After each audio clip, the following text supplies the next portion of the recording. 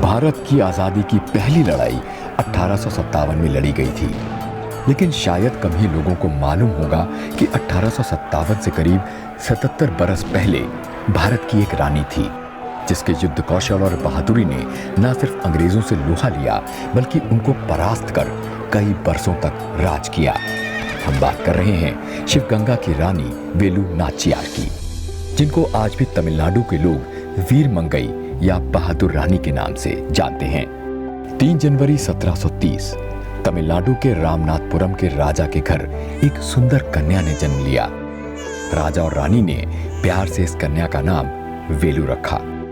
बचपन से ही वेलु न सिर्फ अस्त्र शस्त्र चलाने में निपुण थीं, बल्कि इन्हें घुड़सवारी, तीरंदाजी और बिना हथियारों के युद्ध में भी महारत हासिल थी। वेलु अपनी मातृभाषा के साथ अंग्रेजी, फ्रेंच और उर्दू में भी पारंगत थीं। 16 बरस की आयु होते होते वेलु के लिए सुयोग्य वर की खोज शुरू हुई। राजा और रानी को उनके लिए शिवगंगा के राजा मुथुवटुगनाथ पेरिया के रूप में जीवन साथी मिला। करीब 20 बरसों तक रानी वेलु और राजा पेरिया ने शिवगंगा पर राज किया। इसी बीच वेलु ने एक सुंदर कन्या विलच्ची को भी जन्म दिया, लेकिन खुशियों के ये पल ज्यादा दिन नहीं चल सके। सन 1772 में अरकोट के नवाब मोहम्मद अली खान वालजाह और ईस्ट इंडिया कंपनी ने मिलकर शिवगंगा पर हमला किया। भीषण युद्ध चला और राजा की हार हुई। रानी वेलु से पति और शिवगंगा दोनों छिन गए। उन्हें अपनी दुधमुही बच्ची की जान बचाने के लिए जंगलों में भागना पड़ा। रानी वेलु को संरक्षण मिला डिंडीगुल के विरुपची में, जहां इन्होंने गोपाला नायकर के संरक्षण में करीब 8 बरस बिताए। इतने दिन रानी अपनी शक्ति को बढ़ाने में लगी रहीं। इस बीच इनकी मुलाकात टीपू सुल्तान के पिता और मैसूर के सुल्तान हैदर अली से हुई। कहते हैं रानी वेलु ने उनसे शुद्ध उर्दू में बात की थी, जिससे प्रभावित होकर हैदर अली ने न सिर्फ इनकी मदद की, बल्कि इनको अपनी बेटी की तरह माना। इस तरह अब वेलु के पास न सिर्फ एक मजबूत साथी था, बल्कि मर्दू भाइयों और उटियाल जैसे शक्तिशाली सिपाहसालार भी।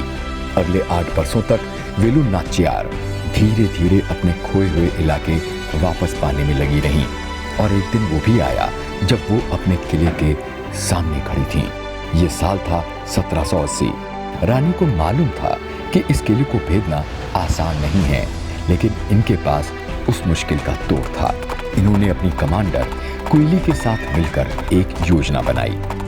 योजना ये थी कि किले के अंदर विजयदशमी को प्रवेश किया जाए, जब आम दिनों के विपरीत किले में आने जाने पर उतने प्रतिबंध नहीं होते थे। कमांडर कुइली ग्रामीण औरतों के भेष में किले के अंदर प्रवेश कर गईं, और जब तक ईस्ट इंडिया कंपनी के सैनिकों को कुछ समझ में आता, वो उन पर कहर बनकर बरसने लगी।